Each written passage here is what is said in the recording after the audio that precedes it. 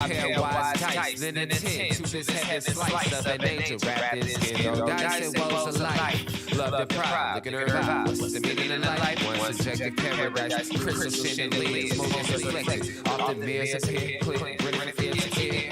Craving the rain, rekindle the flame. Close to she draws near, stay there. Remove your underwear, shove it somewhere over there. In paradise, we know our purpose.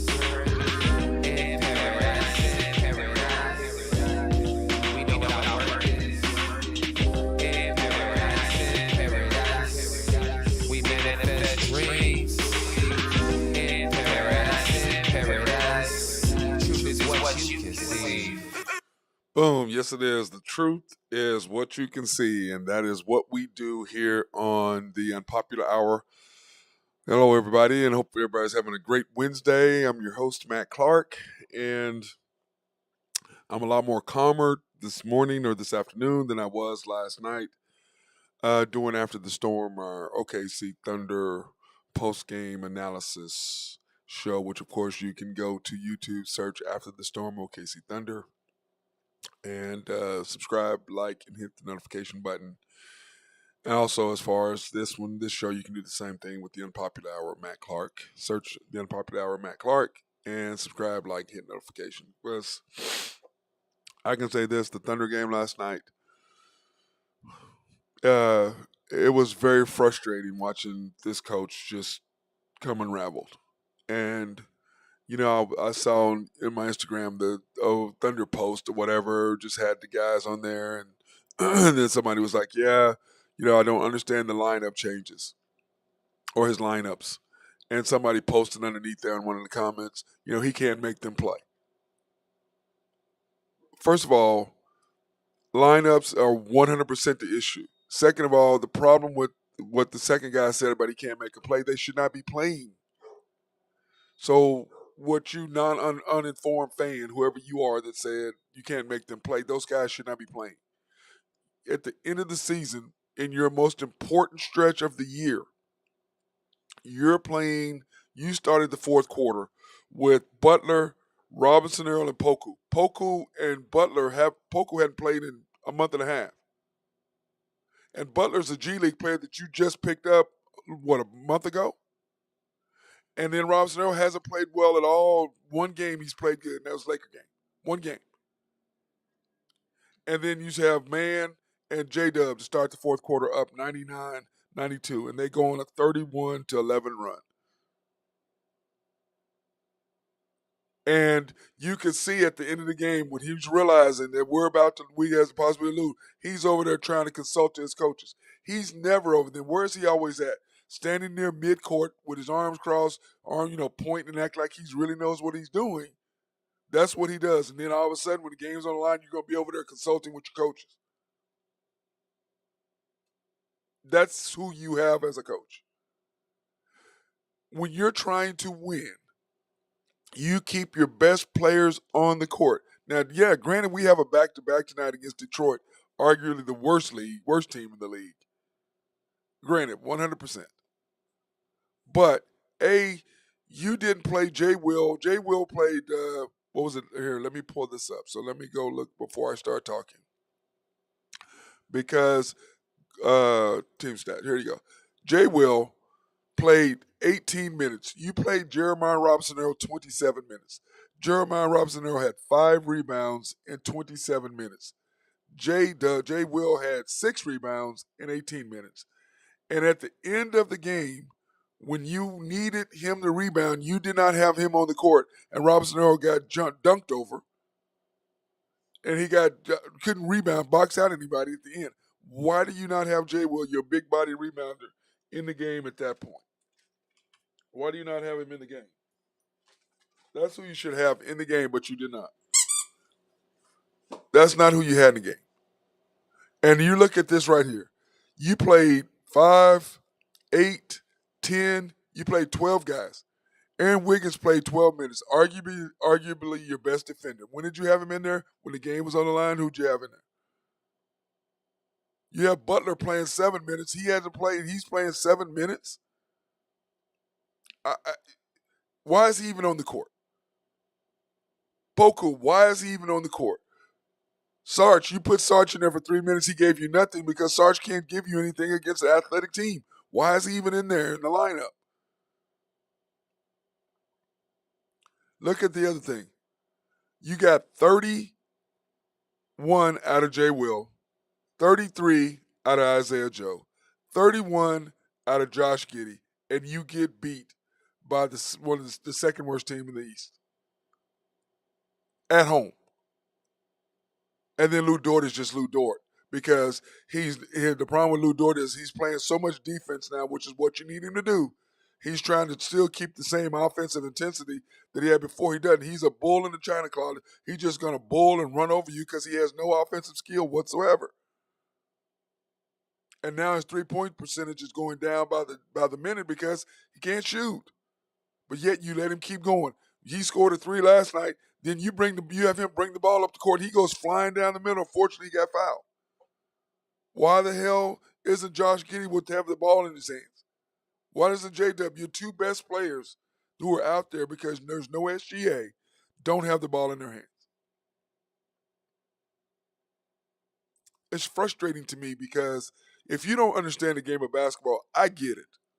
Okay? You're just out there, you're just frustrated because we lost. But when you understand the game like myself and a lot of people who were sitting over there by us last night, the frustration for us is through the roof. Because we're like, why are you starting these guys? Why are they even playing? We have to win. And you're just throwing guys out there because why? You're trying to manage minutes. There's no managing minutes right now. This is the playoffs. You've got to go hard. You've got to dig down and play. You've got to rest. You got to play Detroit tonight. SGA's got to play 38 and 39 minutes. Now, granted, if SGA plays last night, do we lose? No. Or maybe because he played the lineup he played. And what do I tell you all year long?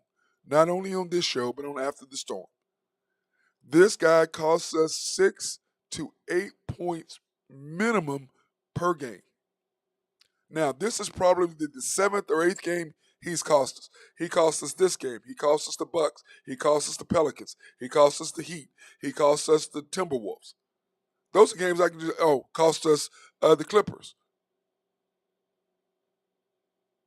Those are games I can just think of just off the top of my head. That's 6 games he costs us because of his coaching inadequacies. 6.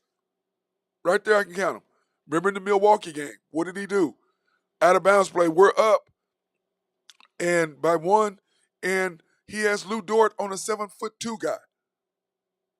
Why do you not have Poku with his hands on the ball or over the ball, which is fine? You have Lou Dort. Why would you not have Mike Muscala hands on the ball and having Poku, who is 7 foot at least back there with Brook Lopez or double Brook Lopez or whatever, something, or give the appearance if there's a switch, you take him. But no, Dort ends up fouling him. What happens? We lose the game. Dort ends up fouling a 3-pointer at the end of the game, and the Timberwolves, we lose. He ends up fouling. Dort ends up fouling Marketing. We lose. Those are things. Do not foul the 3-point shooter. Do not foul anybody at the end of the game. Let them try to make or miss the shot on their own. Do not foul them. Do not give them a chance to go to the line. Miami game, you're having the wrong guys in there. I'm sitting there screaming, hey, dude, you need to sub right now. You don't sub, 2 minutes later, boom, they go on a run, it's over. 76-78 against the Clippers. You pull SGA in the last 2 minutes of the game, they go on a 14-4 run. Last night, you start those guys. 3 guys who hadn't barely played in the last month. What'd you do? They go on a 31-11 run. Lineups are everything, people. Lineups are everything. And you can't tell me after 70-something games you don't know what your best lineups are. If you're telling me that, your ass don't need to be coaching. You know what your lineups are. And we've gone over it before. SGA, J-Dub, Josh, Dort, J. Will, Isaiah Joe, Wiggins. Then you come off the bench with whatever you got to go. But no, you play Lindy Waters because you think Lindy Waters, for whatever reason, that you'd rather have him on the court than Josh Giddey. You'd rather have him on the court than Isaiah Joe. You'd rather have him on the court than J-Dub. You'd rather have him on the court than SGA. You'd rather have him on the court than Aaron Wiggins.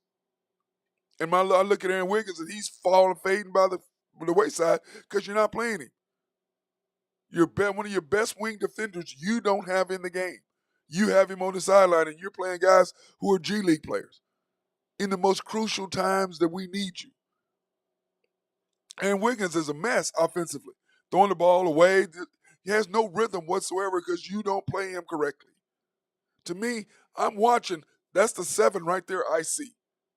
Then depending on what I need, I'm going to put Sarge, I'm going to put Robertson Earl, or I'm going to put Sar in the game for J. Will for a minute. But I'm not going to sit J. Will for all that time. I'm not going to let him play 18 minutes. No, you're playing 30 minutes, 28 to 30 minutes every game.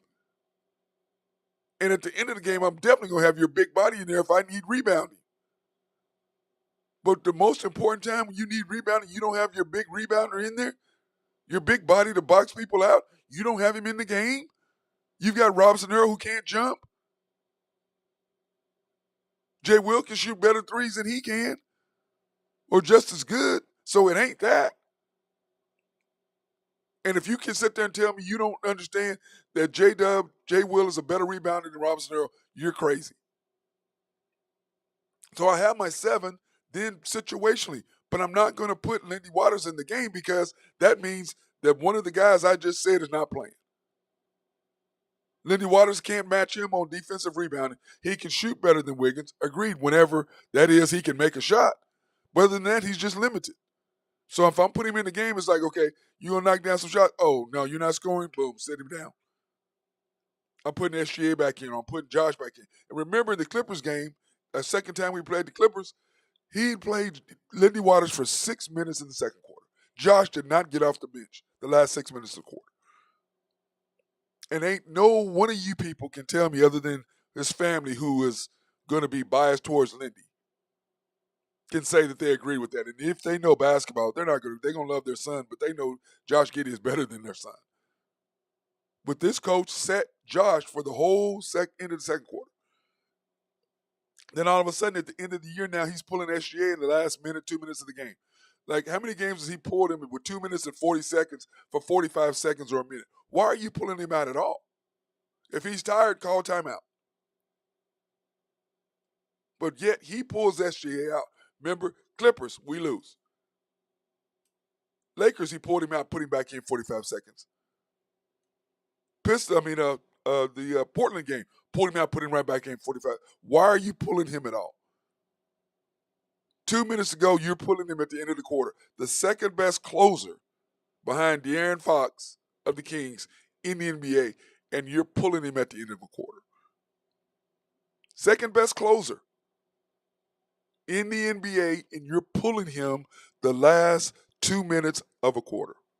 Remember, all year long, he played the whole first quarter.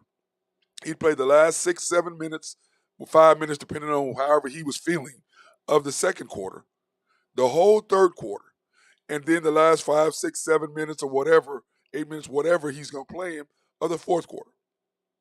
And now when we need wins the most, you're pulling him the last 2 minutes of a quarter. And what have we said all year long? The Thunder, in order to win, have to start quarters good. They cannot get behind. We've said that all year long. Okay? I have my guy Drew Henthorne of HuskerDrewPicks.com. We talk about that. Thunder have to get off a good start. And this is what you bring out. Okay? Second quarter, he starts J-Dub, Mann, Poku, Robinson, Earl, and Jang. That's who he started the second quarter. Down 23-26. And then we go on our run. He's got Josh, J. Will, Wiggins, Isaiah Joe, and Lou Dort in the game. That's who he closed out, and we up 68-57.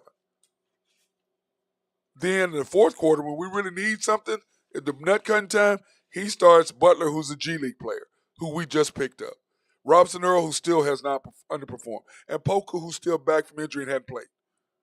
That's who he starts in the fourth quarter, and they go on a 31-11 run.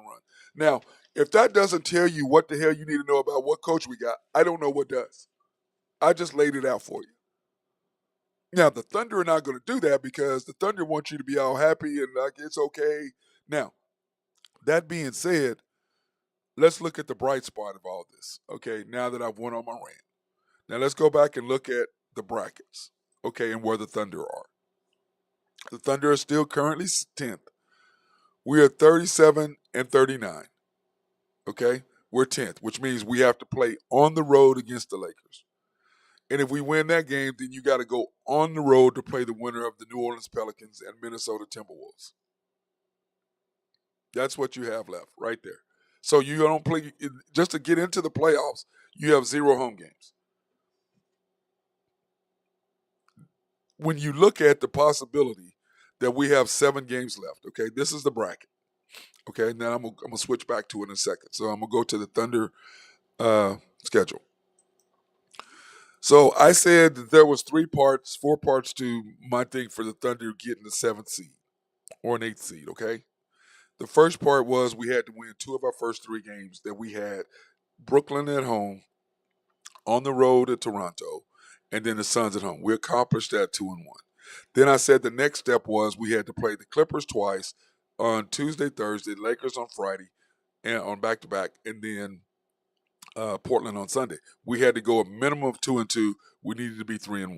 We had a chance to go 3-1 or 4-0, but coaching, the lack thereof, is this. So we're winning in spite of the coach, not because of. That's a huge difference. Coaching matters. It doesn't matter what sport it is.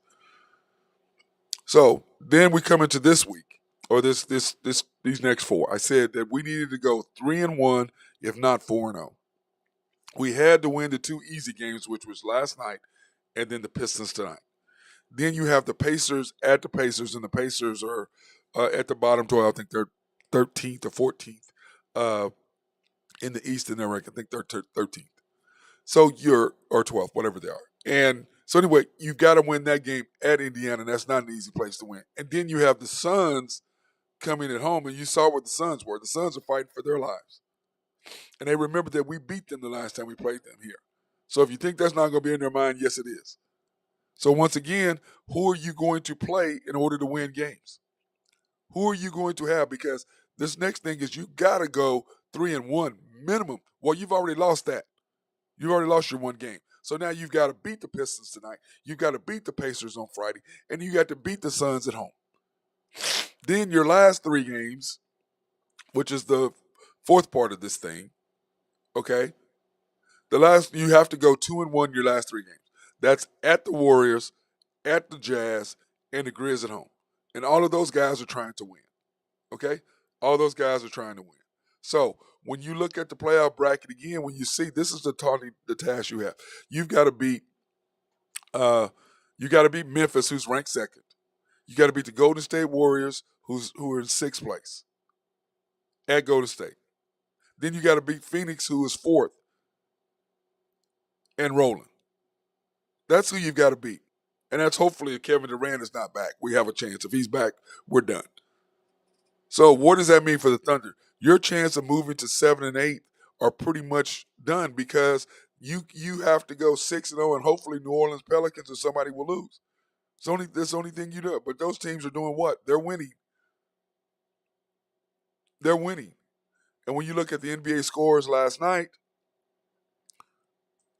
you can look at it. The Thunder, huge, just terrible loss. Terrible loss. The Pelicans, look, they got beat.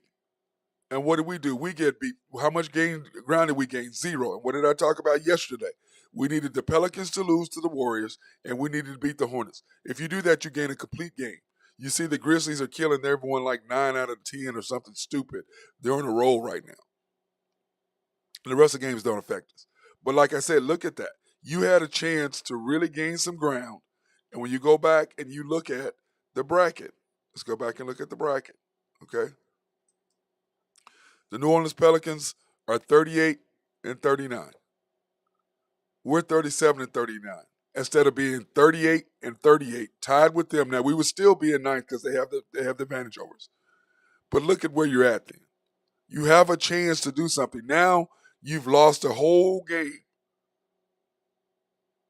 A whole game because of the coaching and inadequacies thereof. And let me explain something to you people. Coaching matters. The Thunder are winning in spite of, not because of. He is not helping this team whatsoever win a game. And what I've said before is that the owners and Presti saying, hey, we're trying to get a better draft pick, which is ludicrous. B, is it he's guaranteed so he can do whatever he wants? Or is it C, that he's over his skis? Now, for sure, for me, it's C, he's over his skis. Because I can say this. This is what a G League, remember he was a G League coach and got promoted. This is what a G League coach does. A G League coach's job is to take young talent and build them up. That's what a G League coach does. Okay? Now, has he done that? Yes. He's built up Jay Will. He's built up Giddy. He's built these guys up. Didn't build up SGA. SGA was already a baller. But now these guys are ready to win. But this guy still has G League mentality. He's still playing G League players. Now the Thunder saying, hey, yeah, play the whole play. We want everybody to get better. Well, dude, everybody can't get better. Those guys that you're playing aren't. PJ Washington saw those guys. He lit us up. He lit us up. He said, oh, this kid, oh, I'm killing him. Oh, this guy, oh, I'm killing him. Oh, you got him on me? Oh, I'm killing him. And what did he do? He killed us. Until you put in guys who could stop him. He killed us. Why? Because you had guys in there who aren't ready to play. Butler, he ain't ready for that level. Poku ain't ready. Now, he was playing great before he got hurt. Robinson Earl was playing great before he got hurt. They're not the same guys coming off injury. Those are three guys should not see the floor, period. Oh, Robinson Earl should see the floor a little bit, no doubt. He's a 10-minute, maybe a game guy. He spells you a minute here, 2 minutes here. That's what Robinson Earl should be. 2 or 3 minute guy. That's what he should be. 8 minutes. 2 minutes this quarter, maybe a minute here. They're spelling Jay Will. But Jay Will needs to be on the court at all times. Especially at the end of the game when you need rebounding. You don't have him in there. Or you don't have Sarr in the game. When they have a 7-footer, you're putting Robinson Earl in there. He's not going to be able to out-rebound that guy. He's not athletic enough, doesn't move good enough to guard that guy. Jay Will has a big enough body, he can box him out, get the rebounds that we needed. We're sitting there screaming in the stands, box somebody out, get the rebound. It's so frustrating. It's just hard for me to understand. And for you all who don't understand the game and don't understand the little nuances, I get it. Okay? But for those of us who do, we get it. And once again, Thunder, winning and getting into the playoffs, a home playoff game, you've almost squandered that. But have you know? Because what did I say we needed to do this week? 3-1, if not 4-0. With 4-0 is out. 2-2 is about probably what we're going to end up. But you have to go 3-1 to have any chance. That's what I said. Now, you've given away a game, so now you can't give away. You got to beat. You got 2 tough games. You have to beat the Pacers at Pacers. And you got to beat the Suns at home. But the question is, who the hell are you going to play?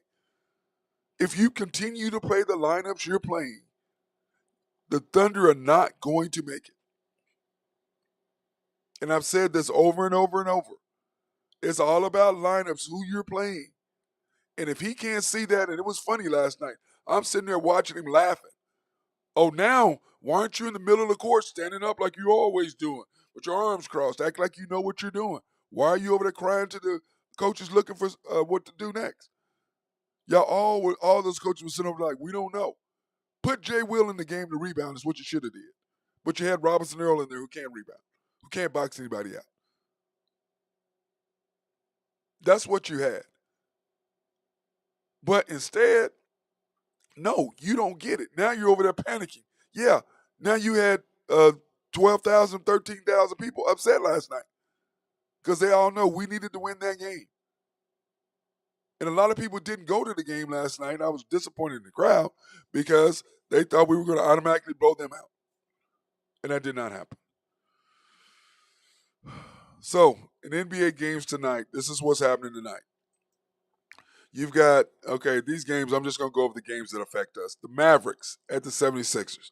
We got to have the Mavericks lose. Then you have the Clippers at the Grizzlies. That doesn't really affect us at all. You got the Knicks and the Heat, we don't care. Rockets and Nets, we don't care. Clippers, Grizzlies, that doesn't bother us at all. Now, we'd rather the Grizzlies win to beat the Clippers so they can bring the Clippers closer back to us. Jazz, Spurs, we need the Jazz to lose. That's probably not going to happen. The Jazz are probably going to take care of the Spurs. You have the Lakers and the Bulls. The Thunder have to have the Lakers lose, and then the Thunders and Pistons, the Thunder have to win. But once again, the Thunder would have had a 2-game lead and could have flip-flopped with the Lakers if the Thunder won last night and win tonight and the Lakers lose. Then you've got the Kings and the Trailblazers. We have to have that doesn't really affect us, but it'd be nice if the Kings lose, but that doesn't affect us with the Blazers. And then the Timberwolves and the Suns, huge game. Huge game for us. We got to have the Suns beat the Timberwolves at home. So that's huge, huge, huge for us. So that's what the schedule is. And the Thunder are going to have to take care of business. You got to win this game. It's just a must. You can't afford to drop another game to a bottom dweller. Can't do it. But again, this coaching staff, I can promise you, SGA comes back, SGA's going to play some minutes. He's going to pull him out at the end of quarters, which we got to close out every quarter. Then if Lindy Waters comes back, he'll play Lindy Waters a bunch of minutes instead of playing Josh, instead of playing J-Dub, instead of playing Isaiah Joe, instead of playing Wiggins. Instead of SGA. He's going to have Lindy Waters in the game. That's what he's going to do. And guess what he's going to do? He's going to cause the Thunder to lose another game. Now, they're not going to lose. I don't think they're going to lose to Detroit because SGA is going to be in there. But at the same time, it doesn't matter when you down 13 with 6 minutes to go because of the lineups you had in there. If you put your team in peril, which he's going to do, which he continues to do, which he has done the whole year, put his team in peril and make them fight like crap to get all the way back into the game. Oh, let's take this time to thank our sponsors, Collaborative Logic. Appreciate them keeping us up and running. If you need any needs for any computers or any software to be written, they are the people to talk to. My guy Russell Williford over there. If you need website design, they can do that as well. SRB and my guy Mark Long. If you have any engineering, surveying, or planning, he is the guy to talk to for that. Oak Grove Trucking and my guy Jose Fierro. And if you need some rocks moved or some dirt done, Jose is the dude for that because he will hook you up. I promise you, get everything done. And I think he's trying to get up to Tulsa, I think, to get some work done. Greg and Max Nafee supporting me as they always do. Appreciate them. And last but not least, YNB, family owned and operated since 1912. They are the bank that makes things happen. They're an equal housing lender and a member of the FDIC. You can pre-qualify online at www.ynbok.com. That's www.ynbok.com to pre-qualify for any loans. Or you can go into see those guys at the main bank, 401M. They're in Yukon and downtown Yukon. Or the YNB East location, which is on 66 and the Yukon Parkway. YNB Mustang, 218 North Mustang Road. They're in Mustang. YNB Parkway, which is off I-40 and Garth Brooks Boulevard, and of course the one I always go to and go and holler at my boy Eddie, 6201 Northwest 623rd, and that's between MacArthur and Rockwell and Oklahoma City. Well, it's actually Bethany, but still Oklahoma City. And then we want to thank them also for being our sponsor for our minority, women, and black-owned businesses in Oklahoma City area. And today we were supposed to be at one of my favorite locations to eat. And you guys know I love going to there. We're supposed to be at Rococo's today, but the Thunder game is tonight, so I didn't want to get all the equipment out, do all that, and then have to rush back to do the After the Storm tonight. So please go in and visit the guys over at Rococo, 4308 Northwest Western. You can contact them at 405-400-7495. They are open Sunday through Thursday from 11 to 10. On Fridays and Saturdays, they're open from 11 to 11. And by all means, if you've never gone to their brunch, oh my goodness, it is absolutely delicious on Sundays. And those mimosas, yes, mimosas, mimosas, mimosas. And if you have any catering or events, you can contact them at 405 534 8838. And Rococo's is a spot. Now, we will be going back to my spots now that it's warming up. Uh, like next Wednesday, I'll be doing our remote. So, while the Thunder games are going on, I don't really like to go out and do the remotes and do Thunder games at night. I just try to do the things at home and then go do the remotes when there's not Thunder games. It just makes it easier on me to move around and not have so much equipment bouncing back and forth. So it makes my life a little easier. Now, one thing that I was hoping my guy Drew Hinthorn was going to come on, but he's clearly not here yet, not on yet. But I want to say this: if you guys have any questions about what we're doing, about any comments that you might have, or any questions, hey, please contact me at 405-551-8300, 405-551-8300. If you have any questions, go ahead and just Skype me.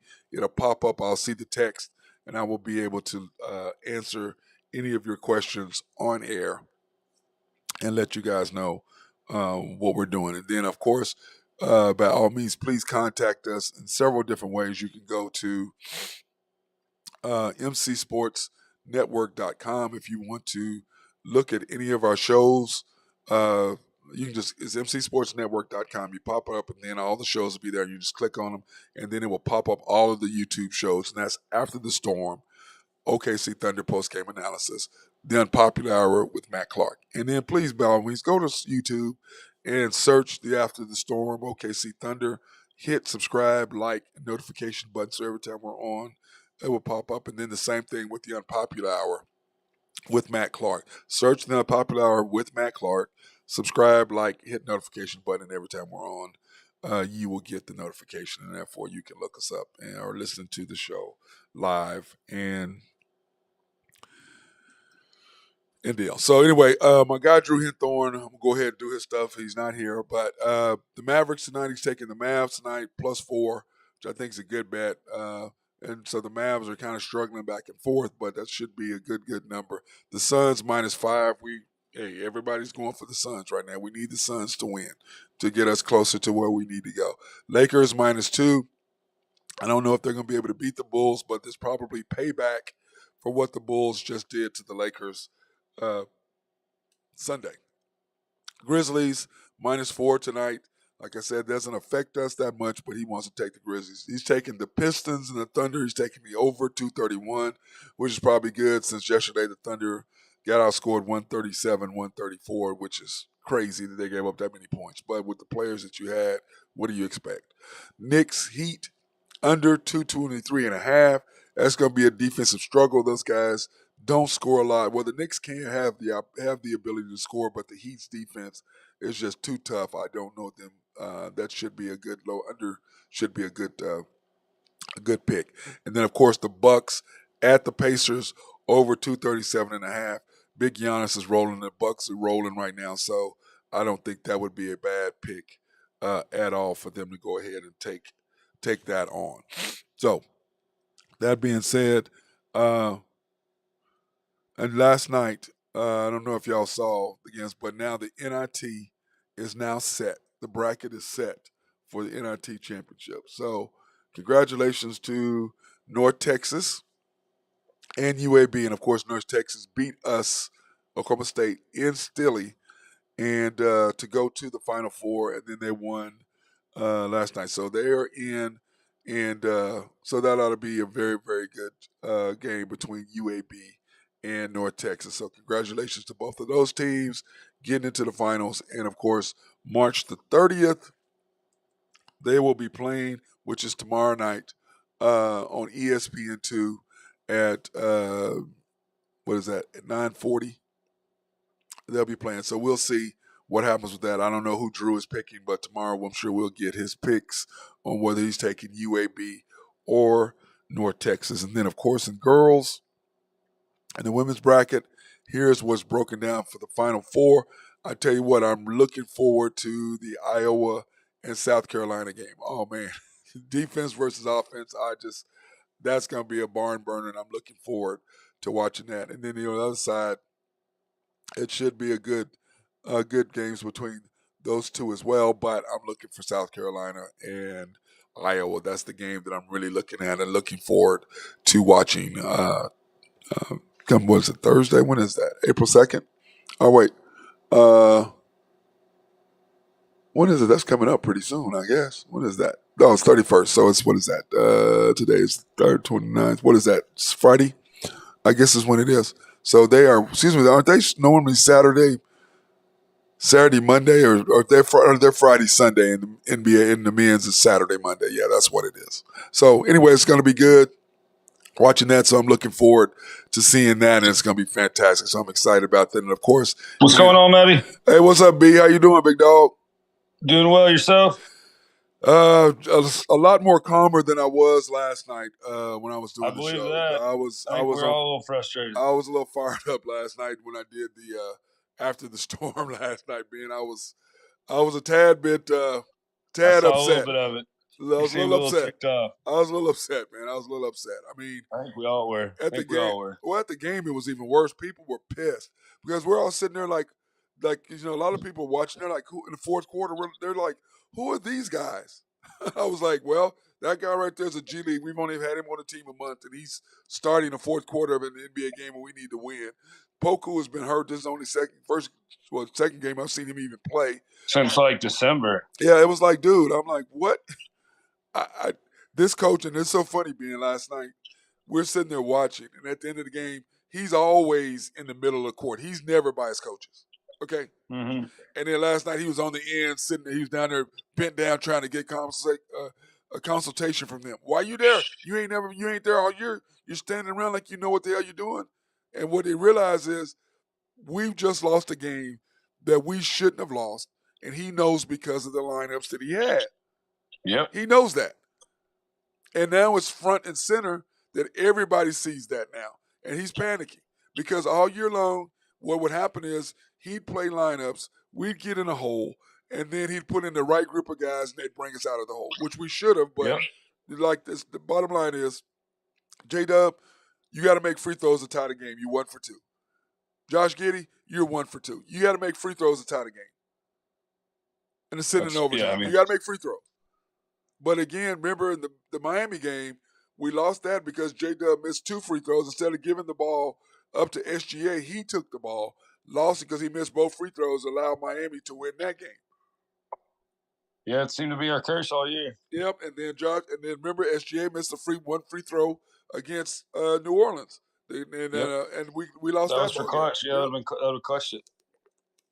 Missed it, they go down, score against us, done. Yeah, but the bottom line is keep your teams out of holes, and you don't have to worry about that sort of thing. Do not put your teams in that sort of position. That's really not that difficult to do. Well, clearly it is for him, Ben, because he keeps doing it over and over and over. Now we're gonna jump into some NFL news, bro. Because I know it's your favorite. Of course, we're gonna talk a little bit about Lamar too. Richard Sherman said that Patrick Mahomes' BS contract affects Lamar. I was like, what? What? I'm like, stop it. And then he talks about how Cousins got a 3-year guarantee, but Mahomes could have set the market by guaranteeing his deal. And I'm like, well, Richard, unlike you, how many Super Bowl rings do you have? You have 1. Yeah, I mean, he's a smart guy, but I also think he just gets to talking a little bit. Well, he's just saying whatever it is for us to do. What we're doing right now is talking about him. Yeah, that's all that is. I mean, I don't think Mahomes' contract was very much. I mean, I think it was a good idea for them to do that. They can reconstruct it multiple times. Yeah, but his point is that all contracts could be fully guaranteed if Mahomes would have got it. That's what he's saying. Yeah, but I'm glad that he didn't. Yeah, but I don't think they should be fully guaranteed. No, but his deal is Mahomes is like, look, I want to win. Forget exactly. all that stuff. That's why he did that. And he still made a ton of money. And he's like, well, his contract's not guaranteed. Yes, it is. What most people don't understand is Mahomes' contract for next year will be guaranteed now. As soon as as soon as the NFL season starts, which it has, his contract is already guaranteed for next year. not this coming year, but for 2024. Yeah. Okay, the contract for 2023 was guaranteed last year, 2022, and that's what people don't understand. Go read the fine print. It's not fully guaranteed half of it. Every year that he plays, and when the NFL season starts, the year before, his next year's contract is guaranteed. So if he plays for the next 10 years, the year before, his contract is guaranteed the next year. So what are you talking about, Richard Herman? Richard Yeah, Sherman? His contract is guaranteed. I like Cousins, but he's not as good as Lamar or But Mahomes. Ben, but it's 3 years. No, that's what I'm saying. There's a reason why it's only 3 It's years. 3 years. The other So, quarterbacks are.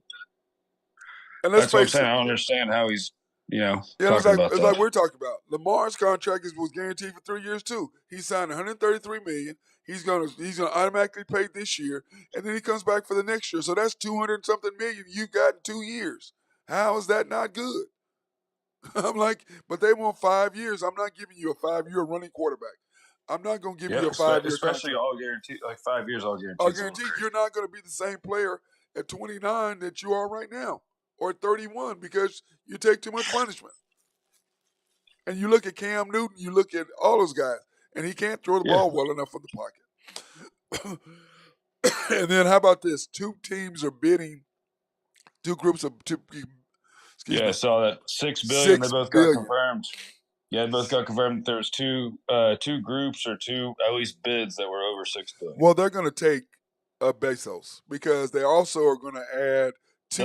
I didn't see if he was one of the names. I knew he would be, but I thought he would be, but I don't. I think one is Bezos and one is the guy that owns all the restaurants and stuff in Houston. Bezos owns New York Post and stuff too as well, so he'd have to get rid of a few things. Like he'd have to sell off at least that, because you can't have that'd be a conflict of interest. Okay, would you rather have the Washington Commanders? Well, I'm with you. No, I'm with you on the Commanders. The NFL prints money. Yeah. I'm just saying he'll have to get rid of that, and then everything else should be like set to go. But I know at least anything in Washington owned that does his media stuff, he's gonna have to get rid of. Yeah, well, I know the guy that owns the restaurants. I can't think of the name of him right now that I really, really like. Man, what is the name of that place? Because I always go to it. He's got a bunch of different restaurants that I like that I can't even think of now. And I know he's one of them. You just got like Bobby Flay or something. No, Bobby Guy Flay. Fieri. Well, none of those guys have enough money, bro, to do what I'm talking about. He owns like probably and owns some hotels and stuff. Wouldn't know. But $6 billion, dude, that is crazy. Yeah, I think the Broncos set the record. The last one was like 4.85. Okay, yeah, it's I'll take that back. It's the Josh Harris, Michael Kale's group, which now includes Magic Johnson, have bid one, and then the Canadian billionaire, whatever his name, submitted a fully funded. Fully funded is pretty fully sweet. Funded. That's pretty wild, though. Fully funded, but the question is, are they going to let NFL? Are they going to let a foreign guy come in? Now, NBA did, but I don't know if the NFL is going to let a foreign guy who lives. The NFL is trying to expand. They wouldn't be against anything else they're trying to do. They've just been in talks even in the next like 3 to 4 years. Trying to get maybe a whole division over in Europe. They've talked about it. But it's Canada though. Well, I know Canada's a lot easier. That's why I could see them doing it. Yeah, that would, because they're going to think about it. But the point is Montreal or Toronto or one of those cities right there. The problem that guy's running into, Magic Johnson's a part owner of the other one. They like that. Oh yeah, no, 100%. They like that. Yeah, they like that whole that gives them even more. That helps with the minority part of it. Because remember, the Denver Broncos have 2 minority owners. Check off the list. Yeah, that's 2 minority owners that the Denver Broncos have. So that's part of it. They're trying to expand with black ownership, even though I'm sure it's because Magic owns more of the Dodgers. I think he has 10% of the Dodgers. I think he gave him $220 million or something like that to be owner of the Dodgers. And now he's realizing that he should have spent all that money in the NFL because the NFL prints money and MLB. MLB still makes money, but I'm telling you, hey, he's fine. He's going to be fine, but he'll be a lot better. I promise you, Ben. I promise you, if he needed to go get a couple $100 million more, he could probably do that. Oh, Yeah, no, 100%. I'm just saying these NFL teams print money, like and their deals are going to continue to go up on TV, and they're going to continue to make a lot more. Yeah, I don't think if it's $6 billion, I don't think 10%. I don't think he has $600 million. He's one of the smartest businessmen that I've seen in a long time, so he made a good call there. Yeah, I know, but I don't think he has $600 million. No. To do 10%, he might be 1% or 5% max. Even or something that, like even that, you're gonna make money for your grandchildren on that. Yeah, and he's already said because he's worth 700, 800 million, so he's set. He's getting close. Yeah, he's set, so it doesn't really matter for him. Which good for him, man. Good for him. Yeah, because he did it the right way. Yeah, it's but yeah, so the Denver Broncos went for 4.6. They're going for 6. How much do you think the Cowboys would go for? I mean, if you're asking Jerry, or are you asking like? I'm asking you what you think Jerry would say if I want to sell it. This is what I want. I mean, I would imagine he wouldn't sell it for anything under probably 9. But if you I've looked it up on the internet recently.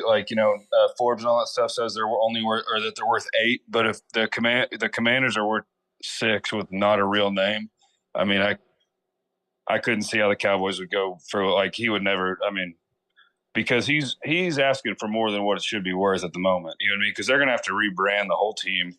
They're going to have to redo everything. Whoever comes in, that's not like they're walking into a good situation. So, I mean, I would say, if it was Jerry Jones talking, he'd probably say 10. But I'm talking realistically, I'd say about 9. Dude, how about this? Snyder paid $800 million for for them in 1999. Pretty good investment, I'd say. Oh my goodness! Wouldn't you? What is that? $5.2 billion he made off that investment. Yeah, not too bad. Wow. Yeah, but not too bad. The guy that's trying to buy it from Toronto, he's also had looked into buying the Charlotte Hornets from Jordan, which Jordan's only gonna make $1.5 billion off his investment. Well, not bad. That'll make another golf course. Yep. Now, what do you think about the NFL trying to add 2 Thursday night games instead of each team playing 1 Thursday night game to add 2? Patrick Mahomes didn't like it at all. I didn't see that passed or anything. I just thought that was just kind of up for discussion. Yeah, the players are like, no. And the owners are talking about, it doesn't affect them getting hurt. And the players are like, no, we don't want to do that because it shortens. It also 100% does. Yeah, it shortens. What are you talking about? It gives them, he said that the injury rate has not gone up. But that's probably why Bezos is not doing that, because he'd rather have the contract to do Amazon do the games. I don't think he can own a team and do the games. And he's probably going to make more money by being the lead thing for Thursday night football than he is for this may be their way of, you know what I'm saying? Adding more revenue to him. I thought the deal was that each team might be having to play 2 Thursday night games due to a flex. Right, that's what I'm saying. Instead of 1, they would play 2. Yeah, but it's not every team, right? It's just if you're if they have some 2 terrible teams that are playing, if they have next year, say the Patriots and the Panthers playing each other or something like that, they're like, hey, we're going to transfer that out because we got Jets and Bills or whatever. Yeah, but the problem is the way that you put that schedule together. Did you not think those teams were going to suck? I think it's hard to tell when you're putting it together. Come on, I think it is. That's why all these primetime games have stunk for the last few years, because they just started flexing within the last year or 2. Yeah, but I looked at some of those games being on Thursday. I was at the beginning of the year, and I was like, why are you having this team on there before the season started? They're not going to be very good. But then you can only play. The problem is when your good teams can only play 1 game. How do you do that if they're not playing against each other? That cuts down on your deal. Schedules are already made, right? No, they haven't made the schedule yet. It's not out. But they got the opening. They have opening week or you had the divisions up not too long ago. So that's what I was saying. No. What I did is they have all the saying this is who you're going to play home and away. They don't actually have the dates of when you're playing. Yeah, I mean that's the schedule. So I mean, you're telling me that Aaron Rodgers moving or Lamar Jackson moving teams right now isn't going to change your thoughts on what they already made the schedule for? Well, my deal is this. I think that had changed a lot from when they made that schedule. Yeah, well, as far as home and away, yeah, but they're now all that's going to say is when they haven't decided on when teams are actually going to play each other. But yes, Yeah, no, I think it will if yeah, but they if have it. They they have it pretty much set they for the most. But probably you know what yep I'm saying. yeah Though I'm getting probably at is probably and then like when they made it, I mean Sam or not Sam. Sorry, Baker was probably still with LA at that point. He moved to Tampa. Then all these like Derek Carr, all these guys, free agency, all this has changed since they already put that out. So pretty much everything that we said was all pretty much out the window from well. whatever that first schedule. But you got to remember what they do is there's those deals are already pretty much set because you know Well, they that weren't. this year Yeah, yeah. well no Well, this year you know the AFC West is going to play against yeah, the yeah. NFC North, But and now, then next I year mean, if they you flip asked it me over. tomorrow, I'd have a much different output than what I had, No, a no, couple no, weeks no, no. ago. They rotated every year. You know that this year you're playing the AFC Yeah, North. but Next that year was you're what I'm playing. saying is that was before free agency. So now No, free no, no, agency Ben. No, now it no, has no, no, completely no. different. What I'm saying is they know that the AFC West is playing the AFC North. Next year they play the AFC, the NFC, blah blah blah. They rotate each year. You know which division you're playing because you every year they I rotate know. those through. What I'm saying is I didn't know the rosters that are going to be on No, opening no, day, I so it understand changes a that. lot. I understand that. No, they haven't decided on what day you're going to play them, but what Yeah, yeah. division you're going to play them has already been decided because they do I that got you. every year. Well, yeah, no, I know it changes. I know it changes. Yeah, it I'm just saying, changes. But I what was I'm saying I saying just is, don't know the roster. So yeah, but what I'm saying is, what you're talking about is the dates of when you play somebody. What I'm saying is, what the NFL has done is they said, okay, here are your home and away teams. You're playing this division this year. Next year, you're playing a different division. So you know in the next few years who you're playing. You see what I'm correct. saying? But when No, I you mean play I them, know exactly what you're saying. I think yeah, we're just on different pages. right, It's all right. right. That's what I'm saying. When you play them, which is what you're saying, when you play them, as far as the date picked, I think they've No, I'm already talking about the decided players that. on the team. It doesn't matter when you're playing. I'm talking about the players that whenever they announced who you're playing and we did whenever the whole schedules, I don't know who's on each roster whenever the season starts. So yeah, everything's going to change. That was my whole point. I know Right. who they're going to play. That doesn't matter. It's who's on the rosters. The Well, to me rosters are going is to change. well to me. I'm thinking what I'm saying is that who's going to who are they going to play when the date, which is what I Oh was yeah, getting see, at on Monday Night mine's or who's on the Sunday. roster. Like like the Vikings lose Adam Thielen. The Saints get it.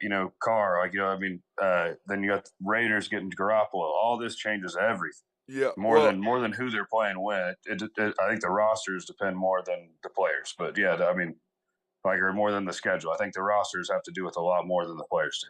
so you think the rosters are going to determine who plays who when? Is what you're saying? No, right? no. I mean, which they actually do. So because they have one game that they do each year where they play like the conference champions will play each other to start off. Yeah. So it does actually affect it. So that's why the Rams got busted last year on their first game, right? Because they didn't have the same roster that they did the year before when they won the Super Bowl. Yeah, yeah. Because So it no, is what it is. But what I'm saying is that the rosters that whenever you go over the schedule, it doesn't matter who you're playing when. It depends who's on your team. So it Yep, doesn't matter agreed. when. It doesn't matter if you're playing on a Thursday or Monday or Sunday. It depends what dogs you got it. Behind you. It doesn't really matter when they announce the schedule. I can't tell you who's going to win until opening day when I know who's where. Yep, exactly. 100%. Okay, let me see. So we talked about that. Okay, and then Lamar says that he didn't play at the end of 22 because of his contract. So you can't really say that he was injured both years. That's what he's saying. Is that Yeah, he was he still said that he couldn't go 100%. Is what I saw. Yeah, because it's like, look, we know you didn't play because of your contract. We know that. You know what I'm saying, Ben? Yeah. We know you It's didn't like, do why it. would We you know not go that. out there and try to win? And nobody blame. Not one single person is going to look at you and go, "Oh, Lamar, you didn't play because you were hurt." I had zero problem. If my money, yeah, I wouldn't be playing either. I mean, I'm not mad at him at all for that. You know what I'm saying? That doesn't bother me. Correct. But the fact that you did get hurt at the end of both years is concerning. Agreed. That's my point. It's concerning to me that you did that. That's my whole thing with that. Yeah, Now, and I agree with him saying he didn't want to go out there and not be 100%. I mean, I wouldn't either. He's like, that puts my guys at a disadvantage. I really, understand that. And that's not Patrick an Mahomes was on one scapegoat. leg. He was not even Yeah. near 100%. Was he? Yep. No, he was definitely not. And Okay, neither was so Allen. neither was I. So that thing right there doesn't fly. Okay, we see Mahomes. See, the problem with Mahomes doing what he did, no quarterback can now have an out. You can't say you were 60% or 70%. You can't say that anymore. That guy. Yeah, that's it. Go ahead. Oh, and that was the same with like what Roger said last year. Like, when he had his thumb and his foot at the same time, and he's like, well, like if my 70% is better than the next guy's 100%, then I want to keep playing. Right. So I don't. Yeah, so like you're saying, like Mahomes, he's like, well, I'm going to keep playing even though I'm at 60, 70%. I'm still better than the next. And no offense to the next guy. Chad Henne. Than Chad Henne. Yeah, it's just, yeah. Yeah, I agree. So to me, Lamar, it was really simple. You didn't want to play because of your contract. Okay? I mean, and I have no problems with that, but don't give me the 70% or 80%. I don't want to hear that. You did not play because you didn't have your contract. And you got hurt, you could have ended your career with no future contract. That I'm completely okay with. You know what I'm saying? Yep. I have no problem with that whatsoever. But the bottom line is, I saw something the other day. Who was it yesterday? And this made sense to me, Ben. He's like, look, I can't be on Lamar's side because I don't know what Lamar wants. What do you want, Lamar? Come out and tell us, what do you think you're worth? So we can at least go, oh, yeah, he's worth that, or oh, no, he's not worth that. You know what I'm saying? We don't know what you want. All we know is what they offered you, and you said no to, but you don't want a guaranteed contract. Well, what the hell do you want? Especially if he's going to go out and read all of the media posts and all this stuff, and then like go out and tweet about it without like, tweeting back to something like certain. He's throwing out random tweets saying like, "This is why I'm doing this." It's like, okay, well, like if you would just come out and tell us what you wanted, we would all be speculating. No, like everybody would just know what you want, and then we'd understand it, we'd respect it. But like with you just sitting on the fence and not letting very much go, it's kind of difficult to pick a side, and it's kind of difficult to know what to talk about. Whenever this is the biggest. This, if not the Rodgers deal, is, the biggest quarterback controversy right now. Like we're trying to figure it out as a country. As a country. So you know what I mean? We're all trying to figure it out. Ben, I don't think any of us don't want you to get paid, Lamar. I don't think anybody's saying we don't want you to get paid. We just want to know, what the hell do you want?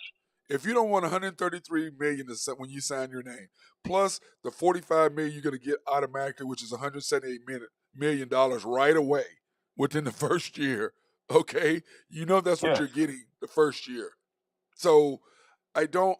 Go ahead. Yeah. What is it you want? Yeah. And if you're not going to get hurt, and you're going to play the next year for another $45 million, what do you want? That's my confusion, Ben. What do you want, bro? I don't know what you want. I feel like they offered him a decent deal, and I don't know. Like I don't know exactly what exactly he's asking for 100%. But I mean, from whatever I saw, it looked like they were offering a decent deal for him. And if that's not okay, I feel like they're also just, letting the other teams do the bid work for him. They're just kind of like, they're like, okay, well, we can see what other teams are willing to pay him, which that's kind of nothing. Which clearly nobody wants to pay him. Yeah, which I don't know why. It just doesn't need to be all guaranteed. He must be asking for something different that everybody else just doesn't agree on. Well, the problem is nobody can talk to him. They can talk directly to him, but you see what I'm saying? He's trying to use whatever his mom was. They're not allowed to do that. They're allowed to talk to him. Okay, but his mom is not. She's not a registered agent. If his mom, right? That's his problem. He's never had an agent. If he'd had an agent, he'd have been already signed 2 years ago. They'd have signed him right after they signed Mahomes. Because remember, Mahomes signed and Josh Allen signed right after. Josh Allen signed for 7 years, I think. Mahomes was 10 and Josh Allen was 7.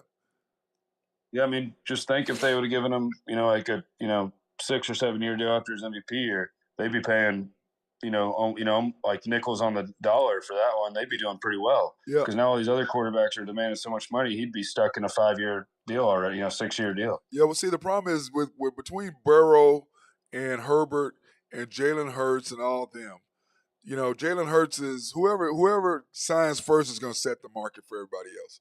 And nobody else wants to set the market because they know everybody else is going to get more money than them.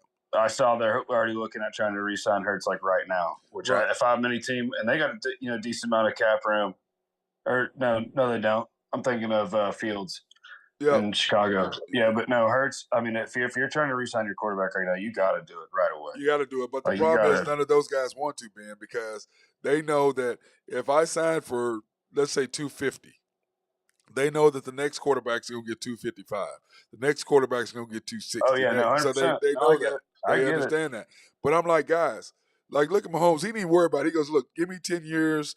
I want to make this amount of money. Let's make it team friendly. Let's switch it off. Just like this year, he got a $12 million signing bonus this year. He's getting all of his money. But what is he getting? He got his best player signed, Chris Jones. Travis Kelce's got re-signed. You can re-sign an offensive lineman. He's making sure that he can continue to win. He's protecting himself. Yes, but the rest of these guys, if you go get your money, which is what Dak Prescott did, which I don't blame him because Jerry screwed him. I don't blame Jack, but because of what they did, you can't sign the Cowboys. You don't have help. Now you can't do this because you don't have help. And if Burrow comes in, if none of those guys don't follow Mahomes' lead, and they follow Kyler Murray's lead, and they follow what's our guy's name? Our guy in Denver, Russell Wilson. Yep. They follow his lead. Just go, give me the money. If you go get the money, you ain't gonna win. It's that simple. Yeah, I hate to go back to that's what Tom did for so long. Yep. He always just took a little bit off. He didn't take a ton off, but he took a little bit off, just enough to get him a weapon, or just enough to get him a little more protection, or somebody to go rush the line on the other side. He just would take a $5 million off here, $4 million, stuff like that. So stuff like that you got to respect. Like there's not a whole lot of difference between 175 million and 200 million. No, yeah, there's not a lot. $5 million a year, son. That'll protect you. Yep, not a lot of difference. There's not a lot of difference. Now, because your future is set if you get everything done that you're supposed to do. It's not a lot of difference. But, some of these guys, they just, with media hype and all of this stuff, everybody's talking to them. Oh, somebody's making more money. I mean, to think that Mahomes could be the 10th highest paid quarterback in the NFL is ridiculous. Yeah, and I can't blame them for going to get in the bag. Like go get it. That's awesome. Yeah, good for them. But also you're not gonna win. You want to win. Yeah, if you want to win, there's just a little bit different to it. You can reconstruct your contract different ways. Maybe make it incentive based a little bit lower. That way, because that way the owner's just paying bonuses. You can do different things to make it work. So it's just a matter of making it work and not making it work. And it's like the Cowboys next year, Ben. Do you re-sign Dak? Because you're gonna have to extend him next year. Do you extend him? I think they have to at this point. For $6 to $55 million? They're gonna have to do something. You can tag them. You're gonna have to do something. I mean, Ben, $55 million to Dak Prescott. Hey, I'm with you. I think they put too many eggs in that basket. That's a lot of money, Ben. Yeah, I know.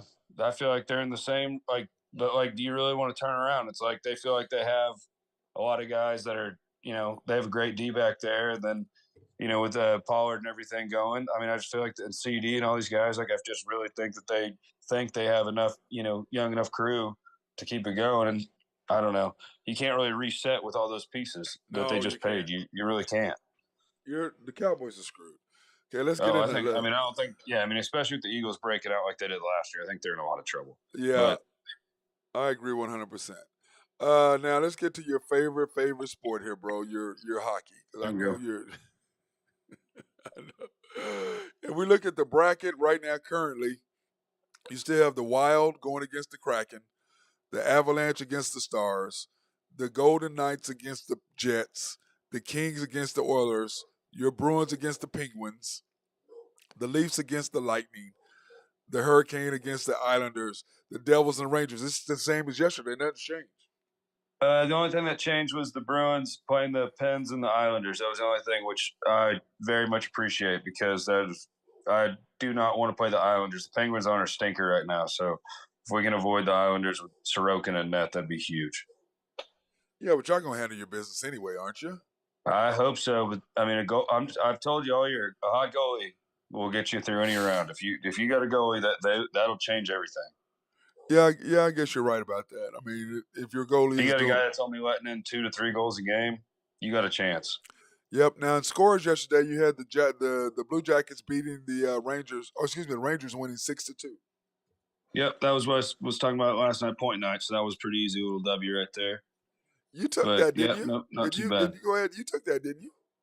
Yeah, I took that one. I took that on the puck line at 1.5, and then I live bet it at 2.5 right before they scored their third goal in the first period. So I knocked that one pretty good. Your Bruins, whoa! The Predators got your boys last night. What's up? Man, you can't go too long. They won 7 in a row. So I mean, the Bruins did. So yeah, you got to lose here and there. But I mean, it's their last goal. I mean, it was really a 2-0 game. The last goal was scored with 1.1 seconds left. so it really didn't matter. Yeah. So the Bruins, it was by Pasta again. So he just buried another one real quick. Said, "Okay, I still get my paycheck. Thank you." Then you have the Canadiens losing to the Flyers. Yeah, not too big of a. That was kind of just a whatever game of the night. I mean, good for the Flyers. Whatever. And then the Wings on .9. God, the Penguins got 4 points though, so that's .9 for both of them, wasn't it? 7-4. Yeah, not too bad. But just like I was telling you yesterday, I mean, it was like I told you, the Pens, they need to step up their goaltending. It was a terrible, performance in net for the Pens there. 7 goals let in. You never want to get that. So it's going to be really tight in the East for that last playoff spot there. Yeah, then the Lightning and the Hurricanes 4-0. Yeah, just beat down right here. Vasilevsky, best goalie in the world. He put out a shutout against the Hurricanes, who I thought, they're probably about the second best team in the league right now. So it was a good win for the Lightning. They need to get back game. 31 save shutout though for him, so that's good for Vazzy. Yeah, the Drew's old Blues beating 6-5, beating the Canucks in OT.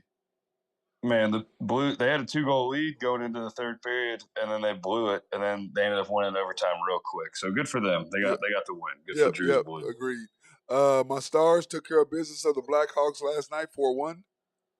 Yep, only 18 shots for the Blackhawks, so it was a good game for Otter to get back. He was in net, so it was good. They need to get rolling right now going to the playoffs. Each team has about 7-8 games left, so it was good for them to get a win. Yeah, the Kings and the Flames 2-1. Massive win for the Flames. They're just now in spitting distance of the Jets. So if the Jets struggle here, which we'll see here in just a little bit, but yeah, so they're almost there. Yeah, then you have, of course, the Oilers. God dang, you called that one 7-4? Yeah, it was another big one. I mean, huge night for the Oilers. If I'm not mistaken, McDavid had 3 points, so now he's inching closer to 150. I think he's at 143. So they're rolling right now. Then Vander Kane, the guy that was hurt earlier in the year for the Oilers when he got his arm cut by that skate. Right. I don't know if you remember talking about that. Yes. He's back on track. He had a goal last night. He had 11 shots, which is that's insane to me. Yeah, just for one player. There's been games that, I've told you earlier in the year, teams only have 18 shots in a whole game. This one player had 11 shots. So they're getting back on track, and they're going to be a scary draw in the playoffs. That's insane, brother. That's a lot of shots, man. For one guy, yeah. I mean, I heard they did that in practice some days. Then, of course, the Sharks beat the Jets 3-0. Yeah, that was like I was talking about earlier with the Flames win. It was a huge loss for the Jets to the Sharks. That was a terrible performance. So now they're only, one game away. This is just like kind of like you were telling. The Jets are just like the Thunder in this aspect. They keep on losing to these games. They're just biting them in the ass. These easy games they should be winning, and just got them again. So yeah, and then of course in the hockey games today, which we don't really have any. I mean, not really. I mean, we do, but let me see, where's my hockey scores at? I need to go in and get this thing done where I can push the button. You have the Panthers and the Leafs tonight. Yeah, it's a must-win for the Panthers if they can get in here. With the Pens loss again last night with their terrible goaltending, if they can steal some points here against the Leafs, that'd be huge. But this Leafs team is very, very, very deep, so we'll see how it goes. Yep, and then you have the Islanders and the Capitals. Yeah, I believe this game's going to be on TNT. If you're not watching anything, I think it's on like 7:30 or whatever. But Isles got a little bit of a cushion for the first wild card spot over there in the East, but maybe Ovi can get a goal or two. He usually performs pretty well when the lights come on when he's on national television. Well, the game of the night is the Wild at the Avalanche. 100%. This is a very must watch. I'll be watching this one up until I ride into work. But this is definitely a playoff game. Both two big physical teams. I expect a couple of scraps here in this one. I'll be on this one. I expect the over. There should be a bunch of goals in this game. Oh, okay. Sounds good. Yeah, it's going to be a good deal tonight. Definitely good. Of course, that's going to be the best one. I wish that one was on TV. Yeah, then, of course, the Thunder tonight playing against the Pistons. The Pistons are 16-59. The Thunder should be 38-38, but they're 37-39. They're trying to struggle to get that 40 wins that I predicted, man. I'm not happy about that. Maybe that coach knew that I predicted 40 wins. He doesn't want me to get maybe my he's got a little side bet. Yeah, he's just trying to get us not to win that. So yeah, he bet somebody else. You heard that? He's like, oh, okay, I'm gonna stay right under. I'm gonna get him at 39. We'll see. And then, of course, the Thunder are minus 11.5. Yep, that's a lot of points. That number just kind of scares me. I mean, well, we were 12, I think, yesterday. I think we were minus 12 yesterday, but I don't think that that was before they knew that SGA wasn't playing. Had to be. You know what I'm saying? They had to not. 100%. They had to not know that SGA wasn't playing. It was that high. You think they know? They think they'd like start, giving us a little more points, knowing our coaching, predicament. Yeah, dude, he's, Vegas knows. They're like, they got it, and they're like, we can just make money on this every night because we know this coach is going to keep on doing the same. Yep, thing. same old. That's exactly the way I look at it. Just like that, my brother. Sure. Just like that. All right, my brother. Hey, tomorrow we got we have your high stick Harry hook tomorrow, right? On Thursday. Yep, I'm gonna send one out. I've been looking at it. Okay, well, we'll have that for you, everybody, tomorrow on Thursday. Have that tomorrow for Thursday and get that done. And anyway, stay out of trouble. Have a good night. I may see you later at Cats after the game. Right, if we have another game like that, I'll roll up there around 9 o'clock. So if we have another, if it's a bad one, we have another one. I'll be in there drunk as a mother. I'll go get drunk. Well, last night we went to VCD's and was drinking it there last night. I just couldn't get. I had probably 7, 8 beers. I don't know, 4 or 5 shots. Didn't get a buzz at all. Nope. And not whenever you're feeling that upset about it. Then I got home and was hot. Was drunk. I was like, wait, what happened? Laid down. I'm like, whoa, I'm drunk. Wait, what?